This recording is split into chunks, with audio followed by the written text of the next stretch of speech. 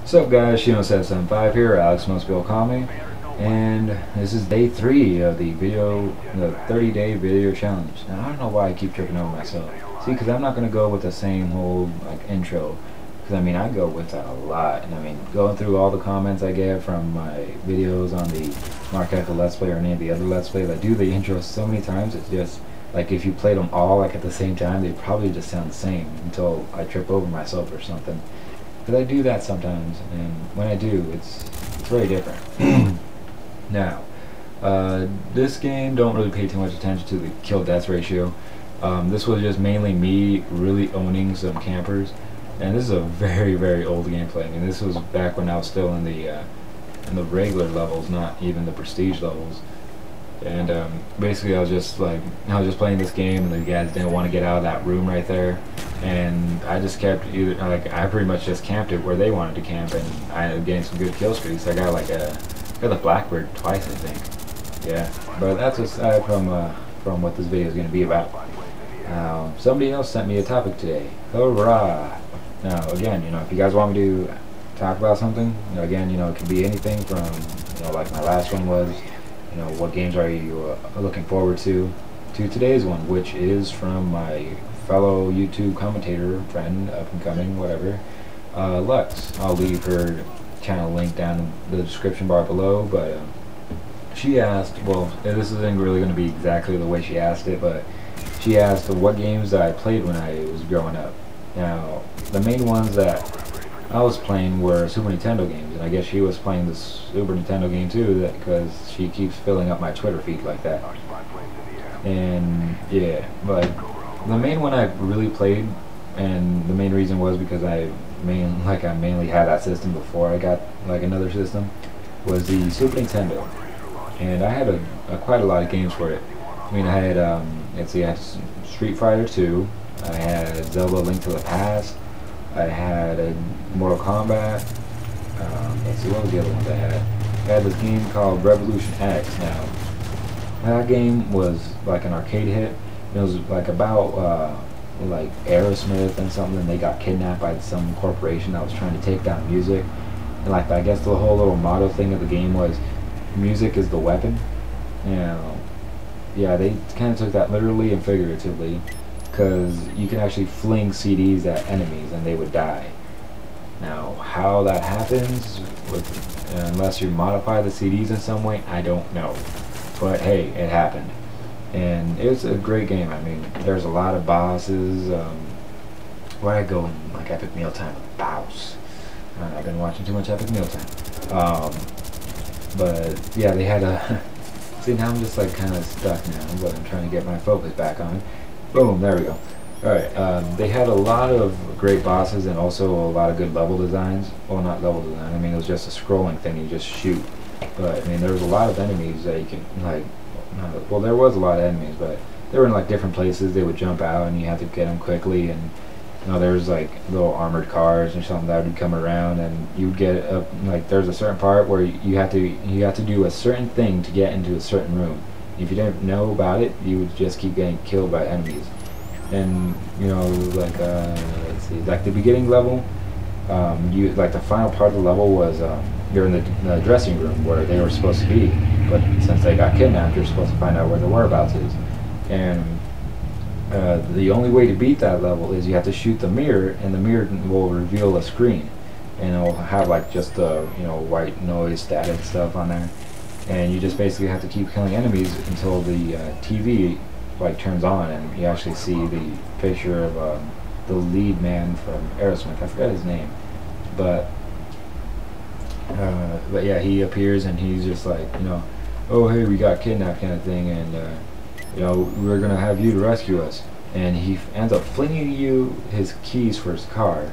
Now, how he does that through a TV screen while he's kidnapped, I don't understand exactly. Maybe I'm cutting this story up, but I mean, from what I remember, that's basically what it was. And it was very weird that he does that. But I mean, that's just video games in general. I mean, I don't argue with video game logic much. But I mean, there was a lot of great bosses too. There's the slime monster that came out from toxic goo, and it looked like a human, but it was just like think of like the Terminator, like when he was actually like in the robot thing, but all green and slimy. That's pretty much how the boss looked. And then there's a whole level that was just a bus. You had to take out the bus before it got to a certain destination, which was like the very end of the level. And you just have to basically shoot all the windows, shoot the bus down, take out some of the tires, shoot the engine block, and after you do that, I mean, it would just fall to the ground and explode.